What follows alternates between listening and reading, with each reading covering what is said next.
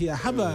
I'll just do the daily graphic, then we'll get into the rest. I have two here. So yes, I've got some. Oh no, you keep it. I'll do online. Okay, I'll just do daily graphic from here. Right. And daily graphic leads with Cocoa Board floats local bonds, target 16 billion cedis annually to finance cocoa purchases.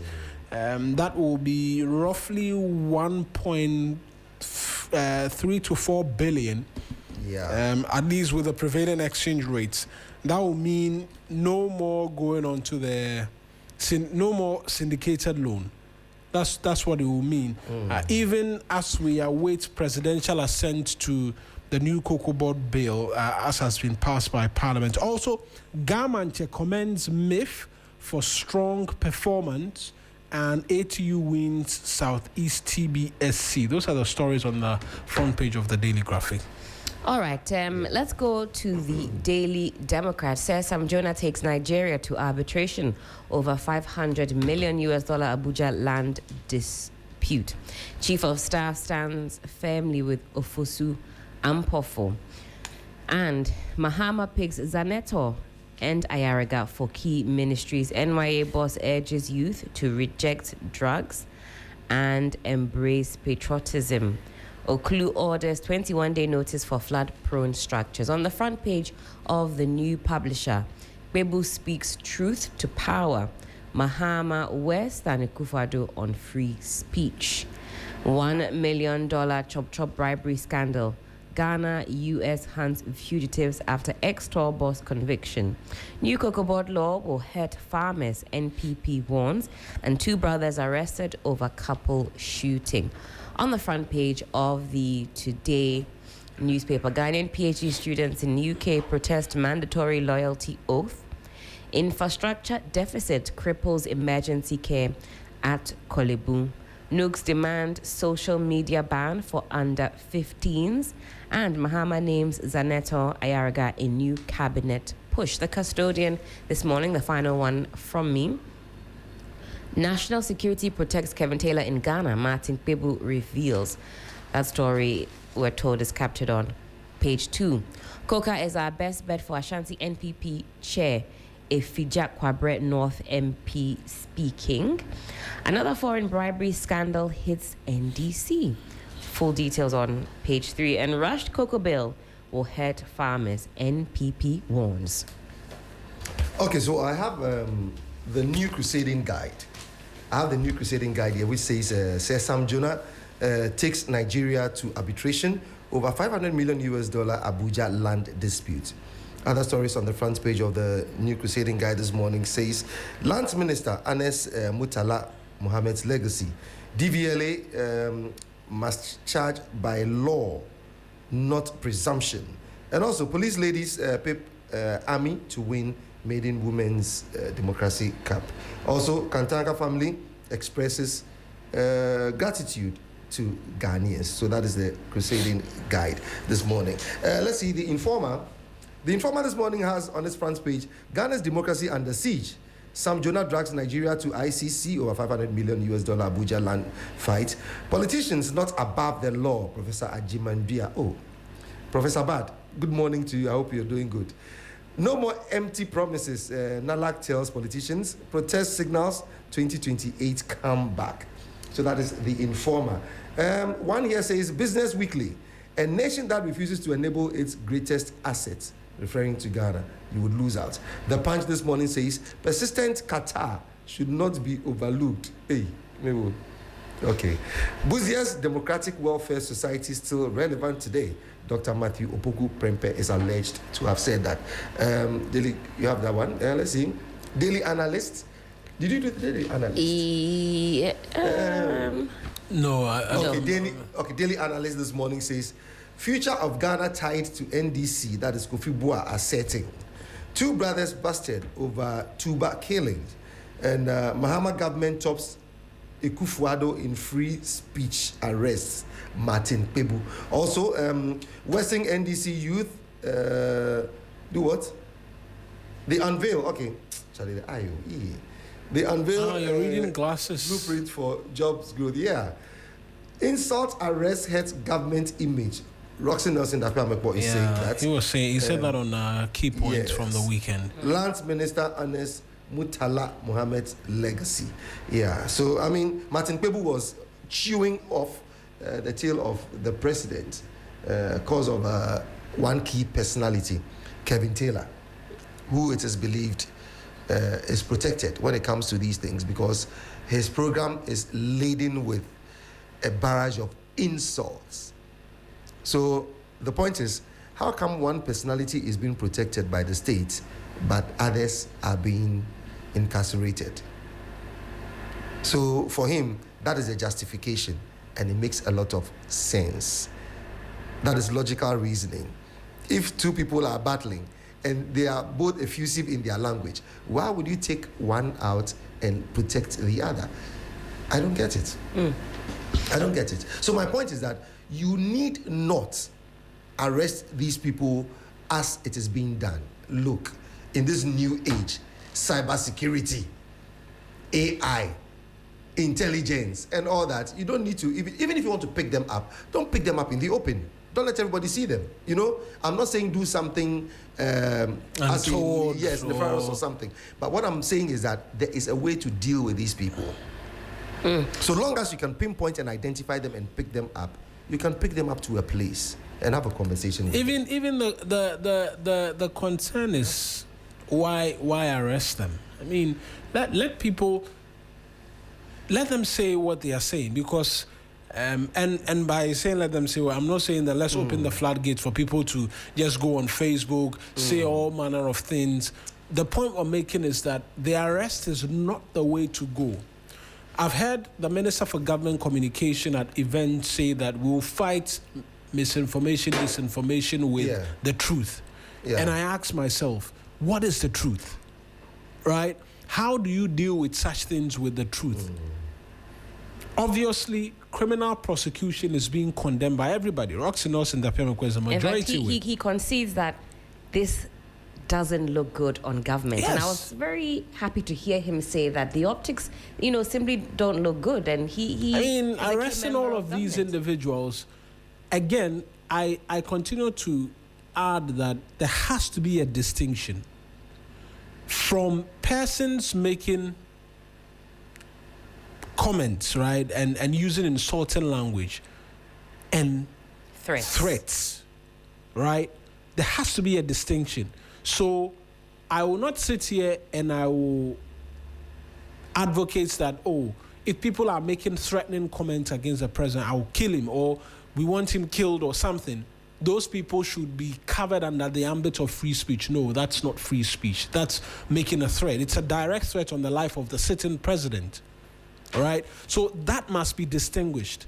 And then there are those who go and then they are saying all manner of things, and that is what everybody is speaking to and saying that, look, in the manner in which things are going, it begins not to look good on the government if things continue in the way they are going. And I think we across this table have said this time without number. And it was great to have heard it from the majority chief whip yesterday as to whether or not that translates to the other persons within government and the police service as well, because they will be doing the arrest. Right? We need people to be responsible for what they say. By all means. We just can't leave it to the whims and caprices of a certain mindset. Because what it is that we may not be able to have couched properly our broadcasting laws because of social media, how it has to be regulated and all that. A lot needs to go into it. But my point is that don't be reckless in the things that you say or things that you do. Don't be misguided. You see, not everybody is a journalist. We have broadcasters, we have journalists, and we have media people, that is those who speak on the media.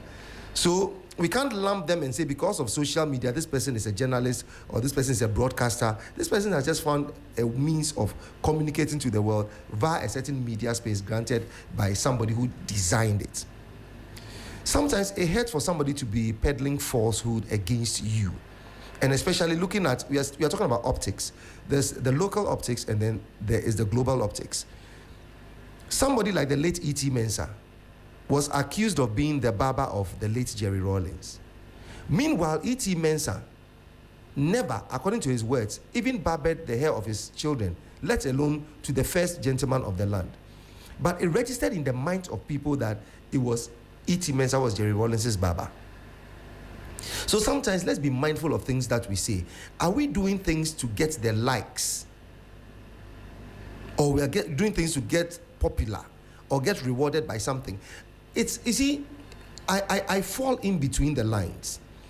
I remember vividly when insults were being held at, was it Nanado? Or, yeah, I think Nanado or the same Mahama. And Esan Kuma came out and said that insults is not a criminal That was matter. President Mahama. President Mahama, Insulting exactly. the president is not a crime. Yes. It's not a crime for you to insult Yeah, it people. has never been. Yes, actually. it's never been. So, At best, the person who is insulted can take you on for disparaging their Absolutely. personality or their so person. that you can do. But my point is that much as we are looking at the fact that people are being picked up and arrested and being showcased in the media for what they have done, we also have to pick up that sense of responsibility when we want to go out there and say something. Don't let somebody come and give you some money or just say something out of jest, thinking that I'll go scot-free. Allow people freedom of speech. But like I keep saying, the way we take on democracy is not the same way, or it is the same way we carry on with freedom of speech. Freedom of speech does not mean say anything and everything at anybody. No. You must be guarded in the kind of things that you say. Speech requires a certain level Yes, of we have ethics, we have decorum, we have all those things that. So you must be minded by all these things. Look, for me, it must be all encompassing. Anybody who is very irascible when it comes to using language, that person must be dealt with. Don't cherry pick because this one favors you or does not. So for me, that is my take on it. When it comes to picking people up, when it comes to, but be very meticulous. I speak at people in government. I will not insult them and say, you've done this, you're a fool. No. Those things are not necessary. Make your point and walk away. Make your point and walk away. Otherwise, and some of these institutions also, they must be minded. I mean, be careful. The optics sometimes is pretty much necessary. Like we say, so many people go to visit Yoko. But we don't know that until a matter comes up in the media space. So many people, so many people. Matthew Poku Prempedo, they all go to Yoko. That's right. They all go. You get it? But nobody knows about it. But when you target somebody and arrest them, like they say, in a Rambo style and so on and so forth, it's definitely going to come out. Right. There are ways to deal with this. A bit more papers? A few more. A lot of the top stories mimic what we've already read, but let's just have a quick run through. The News Center this morning says detail-driven news. Who are the receivers of over $50 million Holy Rain new cocoa bill inimical to farmers?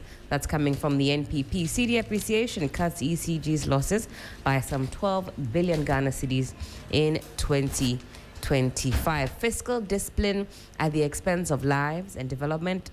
Government cancels 1,800 projects, delays 2,000 more.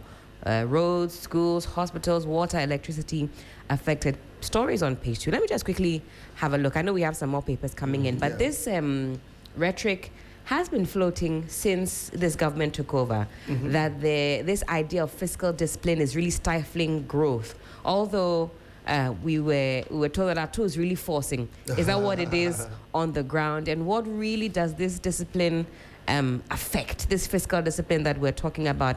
Does it really have a lot of cons, as is being touted by the minority side? But the story here by Elvis Darko, I believe he's also the editor of the News Center paper. He says Ghana has cancelled about 1,800 public investment projects and rephased or rescoped another 2,000 following a comprehensive nationwide review of government spending, a move that is expected to tighten fiscal discipline, but could also leave hundreds of communities stranded with abandoned roads, schools, hospitals, markets, water systems, and other critical infrastructure.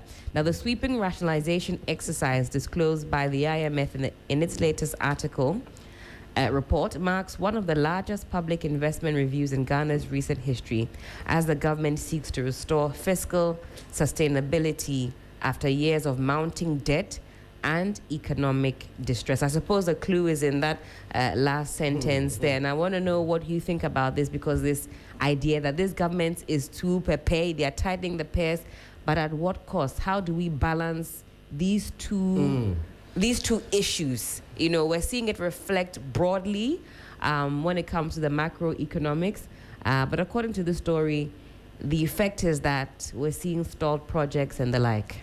Well, for me, this is my take. Number one, when we mention IMF, I get the jitters. When we mention IMF, you get the jitters. Yes, I don't know where IMF is placed. I don't know who IMF is, because they seem to throw the dice at you one way, and then the other way they pick you off from the mat. So IMF is quite a murky thing. So let me deal with IMF. Sure. Who works at the IMF? Who qualifies to work at the IMF? Are these not the same boys and girls that our same boys and girls go to school with, so-called Ivy League schools? They are the same people. So why would you and I be in the same class, study at the same rate? Perhaps I would have got more grades or better grades than you. Yet these guys go to the IMF and now they come and dictate to you. So it is one thing I have never been able to comprehend when it comes to issues of politics and then issues of economics. So it's the same thing. So what has happened to the Ghana Business School? What has happened to all our economists, those who work at the Bank of Ghana? What has become of all of them, such that we need so-called... I remember the very first time I got to know the ages of those who met the IMF and the Ghana team. That was under President Kufuor. That was Kufuor, what's the name? Osafo Mafu and co. When they went there, 27-year-olds, 26, 25, they were the people who met them, and they told them, your economy is running aground because of A, B, C, D, E, and G. They are just using data that they have available. So why don't we have that data available? So IMF should not come and tell us what you're supposed to do, because they run you aground and then they try to pick you up with a lot of conditionalities. So let us set that aside. Number two, people are so claiming that, okay, when you tighten up the contracts and so on and so forth around what you're doing, some communities are going to be left out when it comes to development plans and so on and so forth. Roads, schools, it is a big lie. That sort of thing. It is a big lie, because if that were to be the case, why haven't we seen it in the past? No, so one thing the IMF is very big on is social protection programs. Please, they should spare me that. Don't even go there. Making the interjection. Don't even go there. I believe in your interjection, but allow me. In all of the tightening, don't mind the IMF. What they don't allow government not to do is to stop spending on social intervention programs. Who is giving out that money? When that funding comes, who gives it out? Point. No, what I'm saying is that you give us the funds, yet you don't give us the monitoring barometer to measure those things. So after you say a school ought to be built, when they build a school, instead of, let's say, $6 million, the person uses 400,000 cedis or US dollars to build a school. Thereafter, everything goes awry. We come back to the same you to collect the money. But Egbeta, you were here. I mentioned to you that the World Bank gave us over how many, millions of dollars to stop floods in Accra. And about we've had conversations. Yes. What I want us to do is a distinction between the IMF and then the World Bank, right? The World Bank gives a lot of grants for projects to help countries with developmental needs. The IMF, what we've seen or what we've gone to them for more often than not is a rescue mission for the economy. And even with that, yes, there's some criticism can go to them, because there are times in the past where the mission objectives of the ECF were not met, or sometimes they are extended. You see, theirs is to come and help you. If you don't get your act straight, there's a gentleman called Kofi Akka. Kofi Akka is the son of the former vice president of this country, called Kesin Akka. One fantastic young man when it comes to economics. Kofi Akka should still be around. He's worked with IMF, worked there, has had people work under him. As a Ghanaian, speak to him. There's one man whose name I may not be able to mention. He lives at what's the name? No, don't mention where he lives. At. Okay. If I say as long as it's not Edwin Battels. Sure. It's not Edwin Battels. Okay. Look, they have worked at IMF and they'll come and tell you everything that goes on. The aim of IMF is not to ensure, it's an International Monetary Fund. You see, we can have a separate conversation about Yes. Bretton Woods institution and Yes. how, for a very long time, it doesn't take African economies anywhere. I take everything with a pinch of salt when it comes from the IMF, the way it is. I keep saying, look, you know the country with the largest natural mineral resources in the world. That is Russia. We know that Russia has over $75 trillion. That is the value of the natural mineral resources they have. So why can't we have ours? So is it that it came from the IMF? Is that what has gotten your back up? Yes. That the data the IMF, is... Yes, you I don't want to deal hear... with the IMF. I don't want to hear the IMF. Why is the story saying that he says he doesn't want to No, hear? I don't want to hear anything coming from the IMF. The other thing is that if we are saying that it hinders or hampers development or the building of schools, roads, so on and so forth, that is the responsibility of any government that we give the power to. Does it also mean that these people who are crying, Lord forgive me, I would have said this matter, but I don't have the rights. You don't have the rights. Somebody was given a contract. I'm giving the ratio. You see, I'll that give is the why ratio. Hold on. I'm not defending the Yes. IMF, but the IMF cannot cure your deficiency and your hunger for greed. But you don't do that. You don't hand me over this earpiece or headphones. We without have seen- telling me we have seen- how I should use it and monitoring everything. So in But one if hand, you didn't need the earpiece, then they Yes. wouldn't have that, shall I say, authority to now Yes. tell you what to do. But you have now you see, subjected yourself. You see, what those needs to instructions. happen is that perhaps the country boss of the IMF, Mm-hmm. right? He needs to come in studio with us and explain, because of what Patrice is saying, Yeah. what their work is, because they are a completely different institution from the World Bank. Yes. And you can disagree with whatever it is, but our government, as we speak right now, is engaged after exiting the extended credit facility program Yes. where we're giving money, is entering a new program where we are not getting money, but we are getting credibility, right? Policy credibility Yes. to continue down the path we are on. So by a long stretch, you can distinguish between the two. And the point I'm making is that they don't cure your inherent greed and deficit in terms of management. That is the leg I was going to.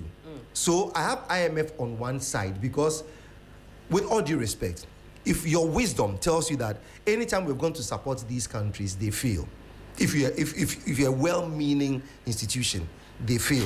So you are suggesting they are not well-meaning? They are not. They are not a well-meaning. Why don't you put a monitoring and evaluation aspect into the clauses? But you see, that's the thing. There are teams. In fact, when Ghana entered the ECF over the last 3 years, there's a mission team that comes to this country every time there's a review. Stefan Rude. He was the one who was leading the IMF team into the country. And what were the threats? They come and review the work. It is, and afterwards they issue a report and say that, oh, this and that is the case, this and that. We set targets for. We revised our inflation targets in 2024 because the IMF had set a target by which we should reduce inflation by. We couldn't do it because obviously it was an election year and money had to be spent for campaigns and all of that. But they set a target. When that was not met, they flagged it that you are supposed to have met this target. Where I will agree with Patrice is that even when the target was not being met, they will revise it and then they'll still give you the facility. You understand? That's the point. So, well-meaning, just threatening them so that when they renege on their responsibility as a state, everybody sees it and you hold it back. Don't give it to them anymore. Let them go and think of where they will get it from.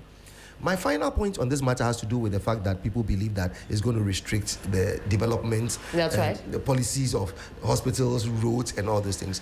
I think we must manage these things well. I wanted to do the ratio so the person about whom I'm speaking would not know that he or she is the one I'm referring to. Okay. So let's say somebody gets a road contract worth $25 million US. The person uses $4 million US to do every work. The rest of the $21 million goes back into the person's direct pocket. If I told you this happened in Ghana, would you believe it? Oh, yeah. You see, So my point is this. Here's We talk about this development and so on and so forth. What we are overpricing a lot of the development projects that we do. You see, between NDC and NPP, they come and tell you somebody built a 6-classroom block valued at so many millions. Yet MTN went to construct a 12-block classroom or a 12-room classroom block, and it cost only $300,000. And you'd be like, so ooh. here's the thing. When the IMF gives you money, Yes. IMF is not the one who hands I have out. moved away from IMF.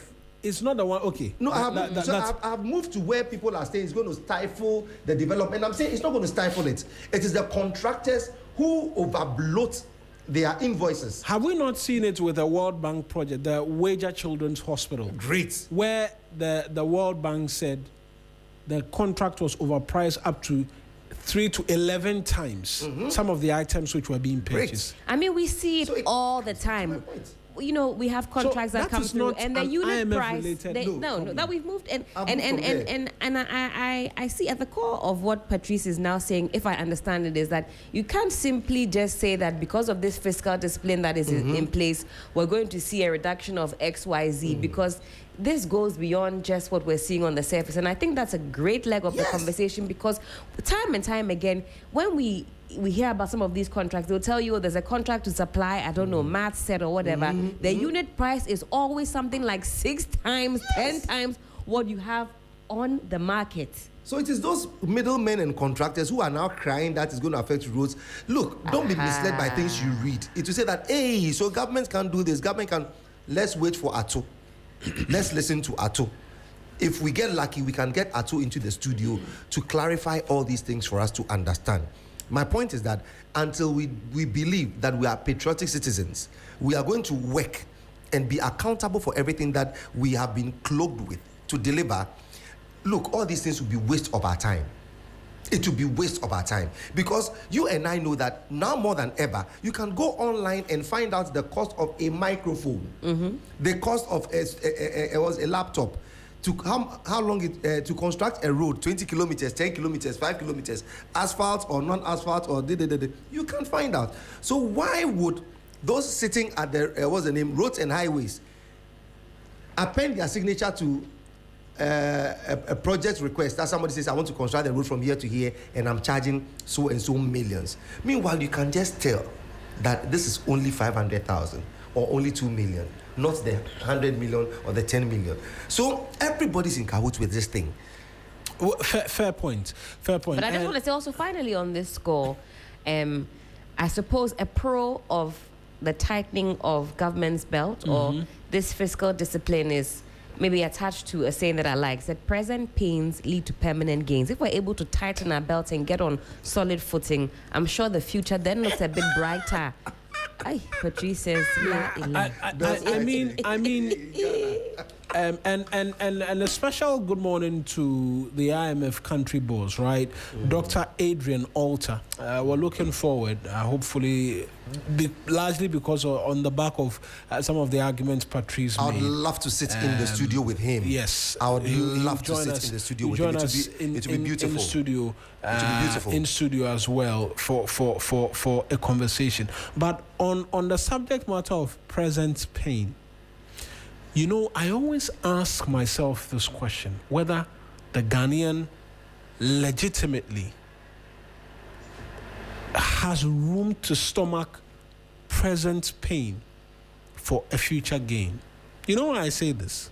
I go back in time to the very early days of independence and the complaints from there.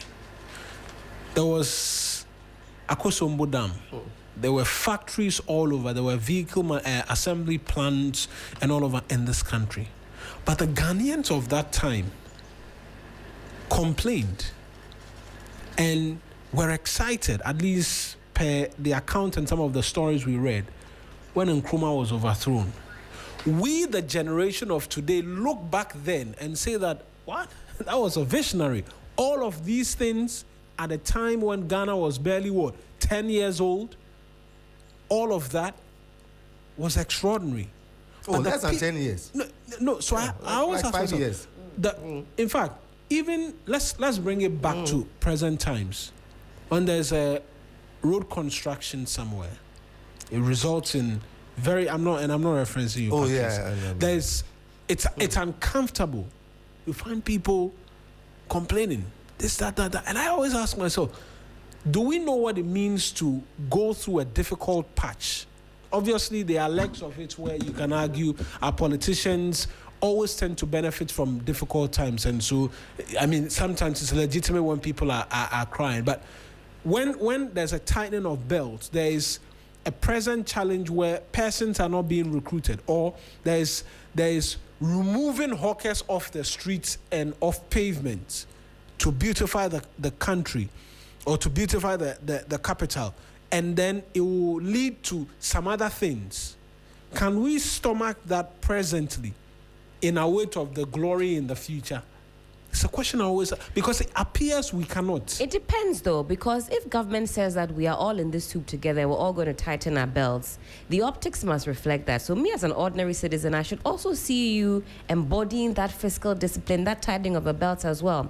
During the COVID era, we were told that we're in a difficult time, borders are closed, we're going to have to do X, Y, Z. We saw the Ministry of Information pay itself, or some of the cohorts. It's one of the many things a lot of people cannot forget. And I cannot forgive, because our frontline workers, our nurses and our doctors, I don't believe till this day they received that compensation package or frontline package that they were promised. So sometimes, I mean, I can't speak for what happened in the independence era, but for today's era, if you're asking me to tighten my belts, that you eat soakings for the next 1 month, and every time I come to your office, I see you are drinking buffet peche, with fire, my peche, belts now, tighten me. You need to create new holes to accommodate your stomach. I think that would definitely leave a sour taste in my mouth. So do our leaders know how to be in the trenches with us? And what does that practically look like? Oh, you hear we've donated 1 month's salary to something, but is that enough to assure the populace that we're actually in this tightening of belts, together? So Alban Kingsford Sumana Bagbin, who is the Speaker of Parliament, he had issues when people were complaining about the fact that we need not give the MPs four-wheel drives and all that, and that the MPs needed a four-wheel drive. I said to myself, I love that man so much, I appreciate him so much. I remember back in the day when we used to talk to him. This is not a plan for a good future. His rebuttal alone told me that we are not a country that is ready and willing to develop.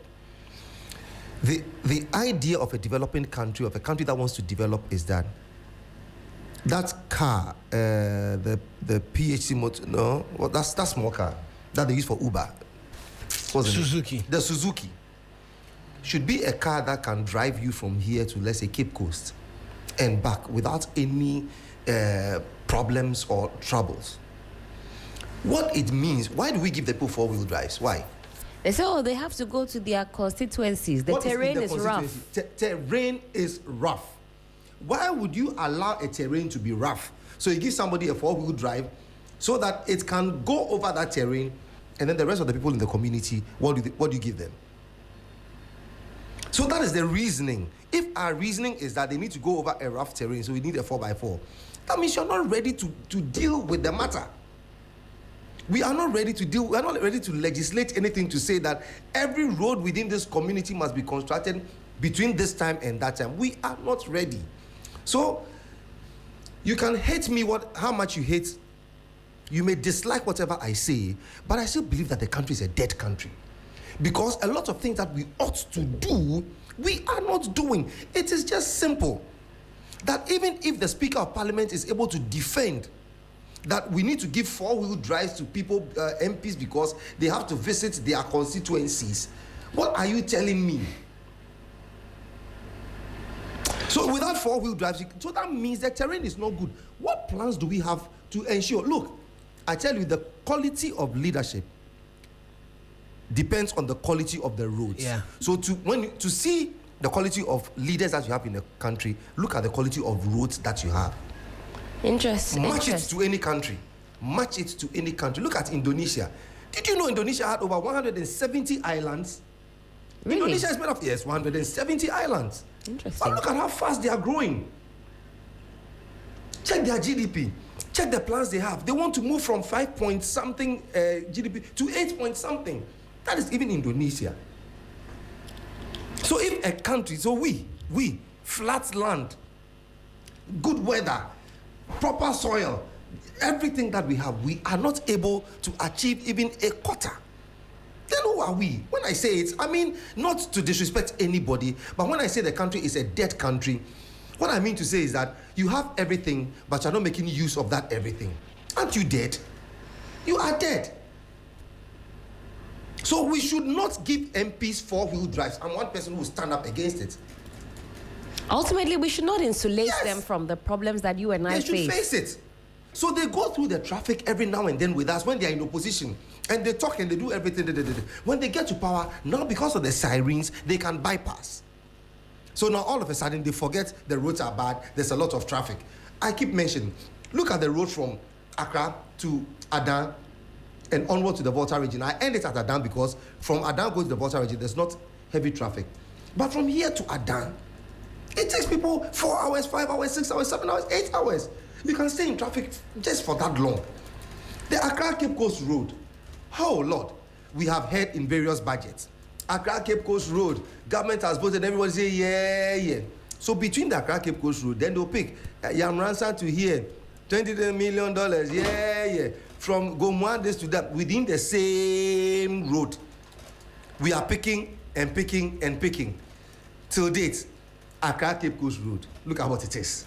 And you are telling me that we are a country that believes in... We are not believing in anything. We are not living by anything. Right.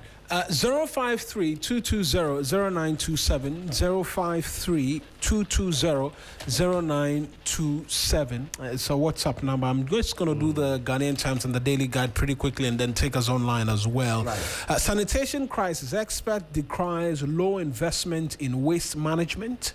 Dr. Boate is pictured here. President Mahama names Ayariga Zaneto as ministers, reassigns Gilbert J. and Ibrahim Ahmed. Also here, Standard Chartered Bank declares 673 million cedis dividend, pledges support for economic growth. SHS placement results to be out by August 31. That's according to the Education Minister Haruna Idrisu. Sam Jonah drags Nigeria to ICC over Abuja land dispute. On the back page, RECSEC issues 21-day ultimatum to Laboma Beach encroachers. Pink Flamingo have issued a statement back, says there is nothing that's going to happen. Minister calls for church-led development in remote areas. Ahmed Ibrahim receiving a Bible from the clergy. I'm sure this was his last days as a minister for local governments and religious affairs. The Daily Guide newspaper has that Sam Jonah story here as well. Jonah Capital takes Nigeria to ICC over $500 million worth Abuja land. And that's $500 million. $500 million. Yeah. AG Ghana leaders train 250 pastors in the Gambia.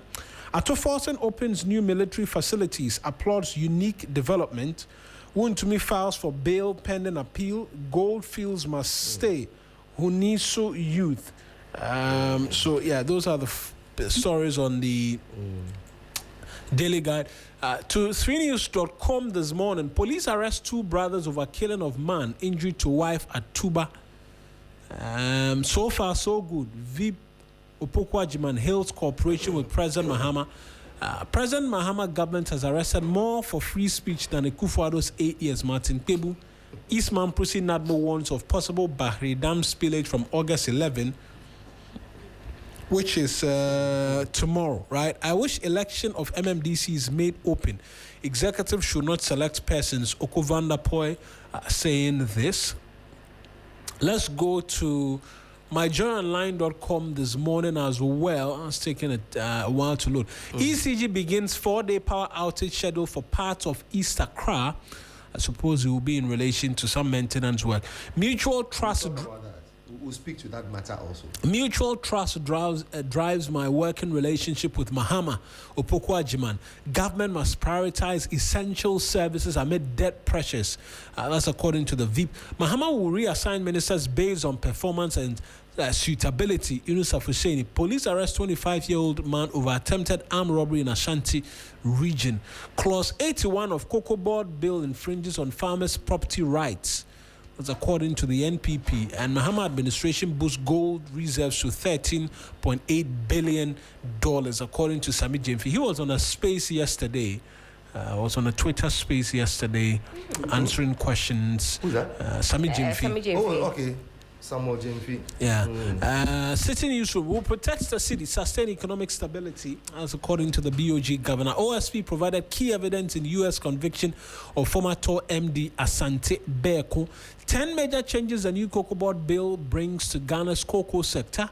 ECG announces 4-day power outage in parts of East Accra. Freight forwarders demand strict enforcement of 720 cities container charge cap.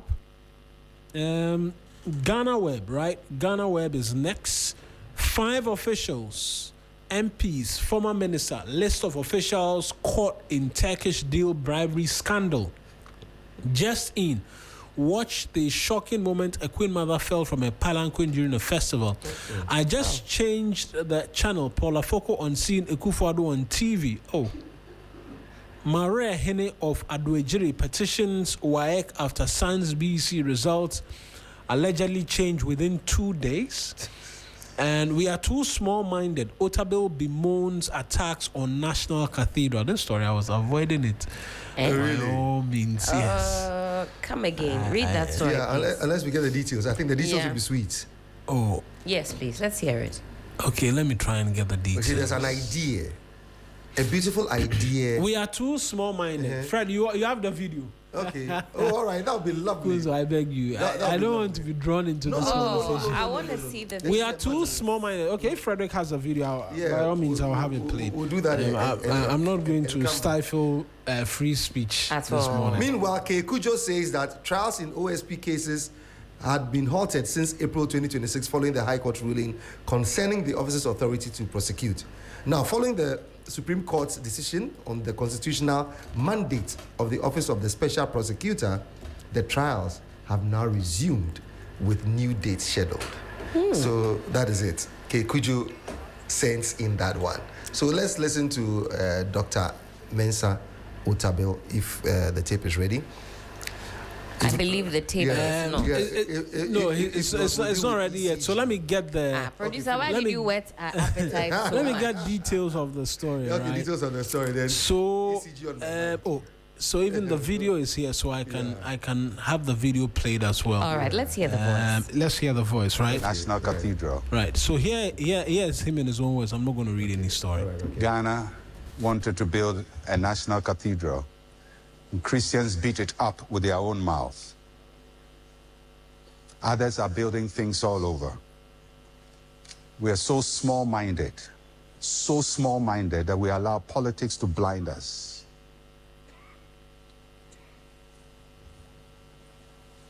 We allow politics to just crush our thinking. We need to build massively to the glory of God. So, yeah, that's the. So let me speak to this matter first. I do not think Dr. Mensa Otabil said anything wrong, first of all. Number two, this is what we can call in journalism quoting out of context because we don't have The full exactly. clip.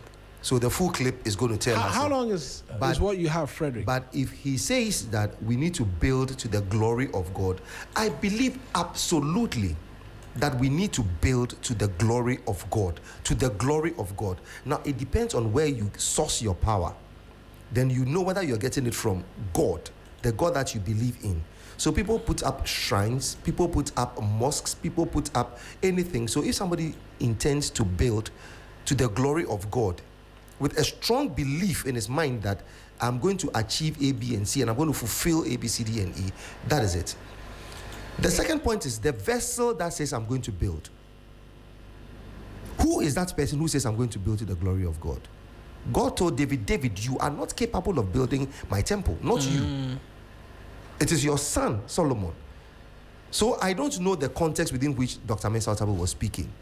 But if at the time Nana Addo Dankwa said he was going to build I questioned it from the beginning. So that is it. It's the vessel that is going to build it. But to build something to the glory of God, fair enough. When Dr. or the architect Ajay, Sir David Ajay. Yeah, David Ajay, when he came up with the design and everything that he was going to fulfill, I was like, this is not right. This is not what we expect sitting in Accra. That he was most in his wisdom, took it all the way to the eastern region, where he has a museum over there, beautiful place, took it to the eastern region. So as a state, if we want to open up the country, don't we have Dodowa? Dodowa, the first place that the white people traded, it was Dodowa. And Adan, not Accra. Dodowa and Adan, that was where the market was. That was where. So open up the country and take it there. So for me, this is out of context. So if he says we are small-minded and we apply politics, yes, it is true. We are small-minded, I agree. Number two, we applied a lot of politics. Yes, I agree with it. But I want to listen to the stretch. I want to listen to the stretch because that is what it is. And there's nothing wrong with him saying Helen. I mean, I can address this issue without even, not even off the back of what Pastor Otabil had to say about this. At the time when this idea of a national cathedral was floated, it came to us as a personal project, something that was going to be done with very minimal government funding or minimal government intervention. And I was in support of that. If that's a project that the then president wanted to put together to say thank you to God for his win, I had no qualms about that. But slowly and surely, we saw this personal idea creep into the pockets of you and I. At that time, we had critical issues that we had to contend with as a state. And I don't think that a national cathedral should have been top of the agenda, especially Absolutely, something that started off as a mainly private thing where the churches were going to come together and contribute. Slowly and surely, monies were disbursed here, there, and everywhere. The debt burden was, something to talk, not to talk about. Yeah. A lack of transparency is something I think that swirled around this National Cathedral project as well. And for me also, separation of church and state. We always say it, but do we understand what we mean by Ghana being a secular state? The use of state resources for a religious building in some quarters raises concern. It's like, where do we draw the line? Because there are other religions as well in this country. How much are we allocating to our Muslim brothers and sisters, those that practice traditionalism, Buddhism and the rest? They are quite minimal though, but I mean, yes. Yes, I mean, the facts are the facts. So those were some of the issues that I had at the time, and the more information we got, the less enthused I was about this national cathedral. So we can, he said his opinion, and we also are entitled to ours. Is it a good idea? Was it a good idea? For me, if you ask me, it has always been a big no. You came and sold it to us, Mr. Ex-President, as your personal pledge. And then next thing we know, monies that could have gone to so many different things were funneled to this national cathedral. Today, what do we have? A foundation, no building erected, swimming money pool spent, a swimming pool. Yeah, Come on. a swimming pool. I think that was quite outrageous and reckless. I respectfully disagree. With whom? With Pastor Otabil about politicization, right, of the project. I, in sincerity, do not believe that politics is what caused it to grind to a halt. Did he say politics grinded it to a halt? That's not what he said. Politicization means that even he, the former president Nanado, politicized it. You get it? So his politicization is not for or against, it's for and against. Because if you, the person who is constructing it, you politicized it, and you didn't let the people who were supposed to follow understand it properly. Now it got to a point you started shifting the goalposts from your personal thing to a party thing, to a national thing, to churches thing. You didn't know. And when we talk about the politicization of it, it means a lot. So even within the clergy, those who were at the helm of affairs, there were members of that National Cathedral Board who resigned. Thank you. So his politics that is talking about transparency, amongst other things. So his politics that is talking about could also have seeped into that. Perhaps politics was being played among those people, so it fell off. So Nanado played politics with it. The opposition played politics with it. Even at the clergy level, there was politics, and then so many other things where somebody had the chairman or something, he had 6 passports or 20 passports, all those things. I mean, so the politics around it, that's what I believe Pastor Otabil was speaking to. He wasn't speaking to NDC, NPP but here is where I still believe that, look, after close to $100 million, right? I mean, we can argue about the context in which he's speaking. Good morning to Lord Amwabing. When Lord is swallowing bread this morning as I'm here. Charlie, it took me aback a while, for a short while. Lord Amwabing. Lord's bites. Lord's bite on pack. Lord's bite on pack. But anyway, I good morning to Prince Kofi Amwabing. At the mention of the name Amwabing, one solid gentleman. Good morning, Chair. Absolutely. Yeah. Here is where I would still disagree, and with all respect and reverence to him, that we can argue about the context in which the word politicization is being used. What we cannot argue about is the fact that close to $100 million was pumped into the project, at least based on costing us to monies that have been disbursed. So on what basis do you disagree with him? No, I'm making the point that after $100 million goes into a project, Patrice, we should not have a hole which has not been. We don't even have a foundation after $100 million. We don't even have a foundation of the cathedral. And the architect was paid, right? Yes. Oh, yes. Was paid off. You see, yes. And that is where I will say that, yes, the context of what he is saying is important and all of that. But when we explain the context away, when we find the appropriate context, there can be absolutely no justification under the sun why close to $100 million leaves us with just a hole and no foundation. That is a different conversation. I am saying that we haven't listened to the entire. That's why I'm saying that. Granted, so when you say you disagree with him, that's why I say granted that there is context as to what politicization means, but politicization in whatever context did not affect close to $100 million being released towards the project. Politicization did not affect the fact that bungalows belonging to judges, and you see, when the calculation is done, it just involves how much may have been disbursed.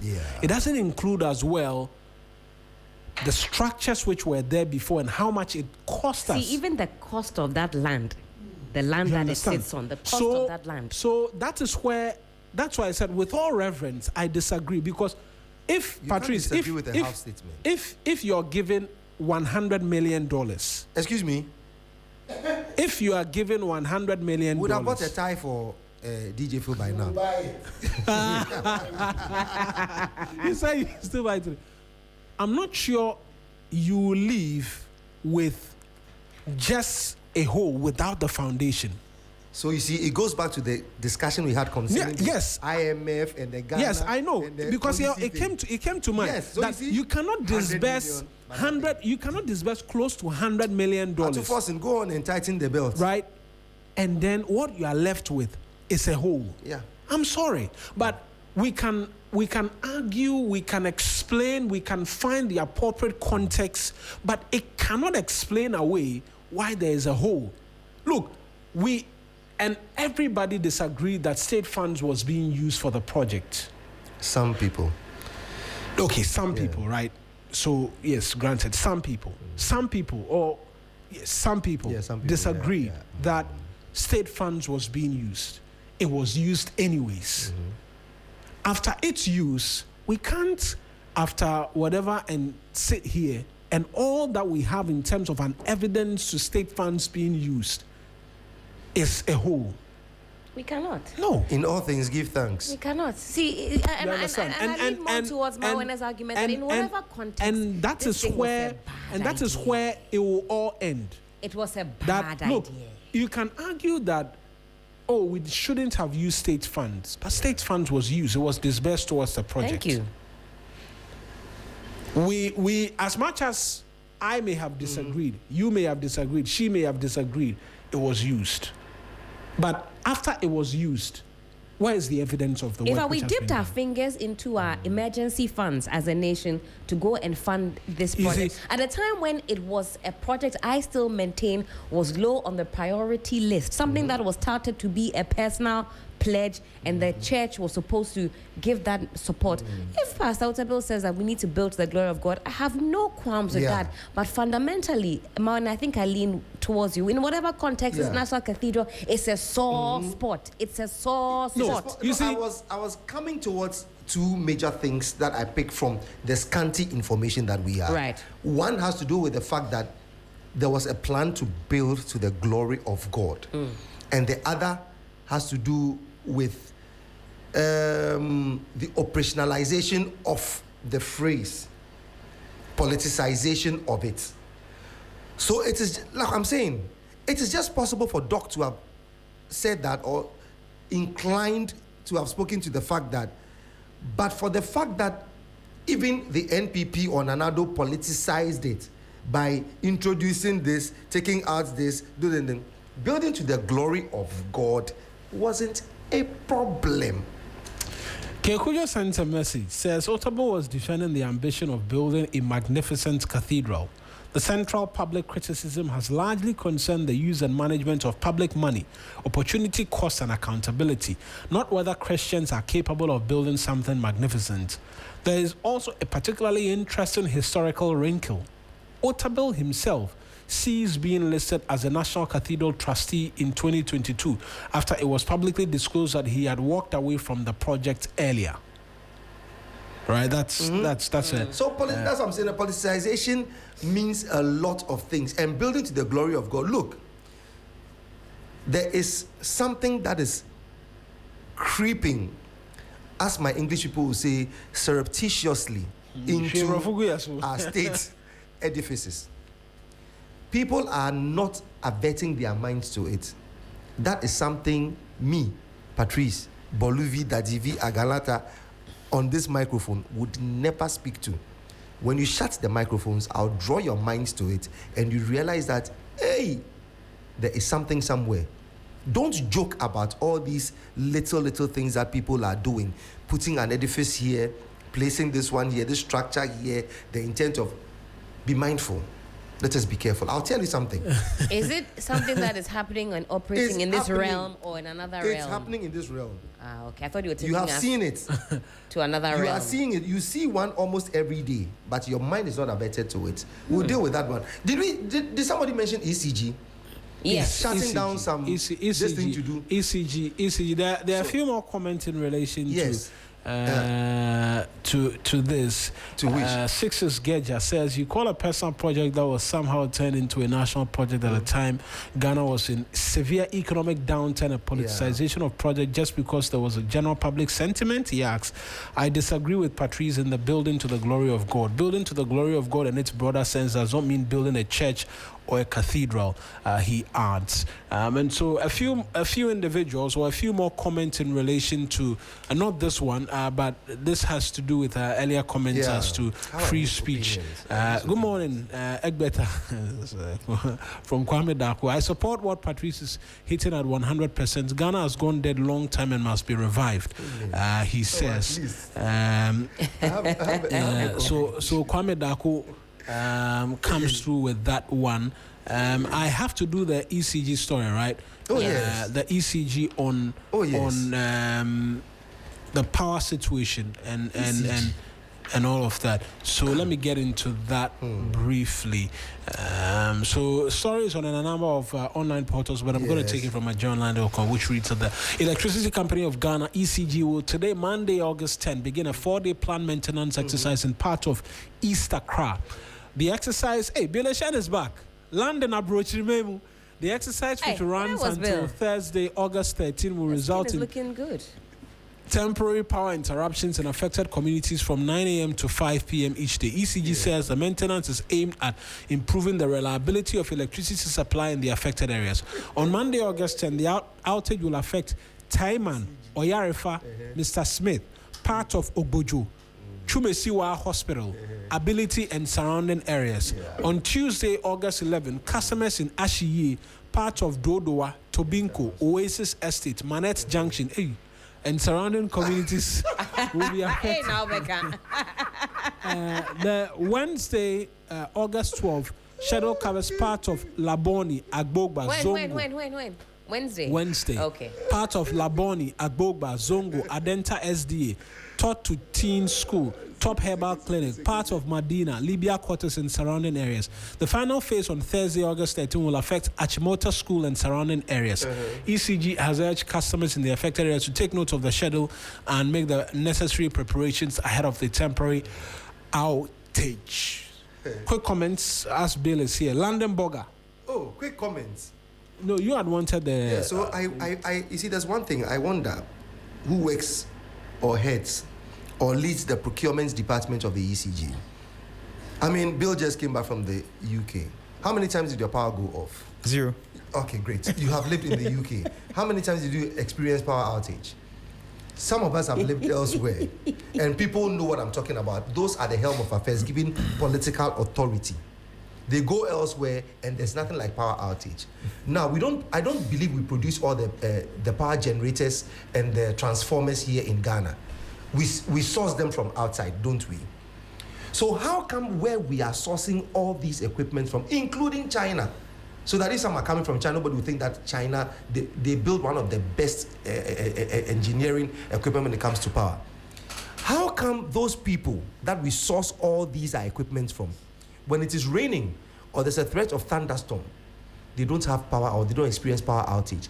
But here, the moment the wind starts blowing, you have power outage. I'll answer that question for you briefly. Because of saving lives, right? In some of the areas, it floods. If the power doesn't go off, there will be electrocution. This is a big and people joke of an will answer die. to me. No, I'm being honest. This is a big... No. In the last... So what are you telling me about those No, but countries? where he says that we source them from, they also have floods. They also have floods. They also have those... So what's the problem? I'm making a point. It's coterminous with the level of development you have. At Alajo, when it rained on July 29, was it June 29? It was June 29. Someone was electrocuted. That's what caused a person's death. We saw June 29. So you are defending ECG? What happened in relation to... Young man, you are defending ECG. The floods. Are you kidding me? I'm not defending ECG. I'm just providing additional context. Don't provide additional, because but Helen, you make a comment for me and let me go. Let's not procure equipment that are not what's the name, fit for purpose. Let us stop doing that. Because we are in 2026. Power outages were things of the 90s. We have to do sports. Helen, what? My final comment on this is that we have to have a deeper conversation about why the items we procure in different parts of the world work differently when they arrive on our shores. But Bilashan is in the building. Hi, Ellen. Welcome back too. Thank you so much. I saw the videos. I was like, yes. Yeah, they did me some really nice show. Must be nice. On Friday, yes, it's very nice. Oh, we'll do something for you. You do something for me. We'll do something for you. It's cooking. Oh no, but I've not been away for months, so mine won't count. That is fair. And you also didn't bring bundle of joy. What did he bring? You see, what did you bring? Sorry. What did you bring? What did you bring? Aquaba. Oh, Medasi. What did I bring? What did you bring? And your voice started going low. Even the Medasi has changed. It's a Medasi. Hey, Charlie. Yeah. I bought it for the expenses. But you see, the 5-5 is looking healthy. You know what we call 5-5? The side bears. I connect here, come on. To talk, come on. Hey, yes. Not be small enjoyment for the Monday. Are you using shea butter this morning? Yeah, I am. I can tell. Oh, you figured. Oh yes, I'm on the shea butter agenda. It shines, it glows. I've been using shea butter now for many years. I'm not wearing any makeup today, purely sponsored by shea butter. Hey. Patrice, what about you? I use shea butter too. You use shea butter too? I am a proponent of that. Shea butter. When I see anybody who's bleaching, I ask questions. I can't stand women who bleach.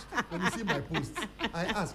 Patrice, the assembly, let's hand over. Coconut oil. Let's do sports. Or Vaseline. Don't use anything white. Carrots. And sports on the show is brought to you by Goldfields Ghana. Yeah. We'll get into sports now.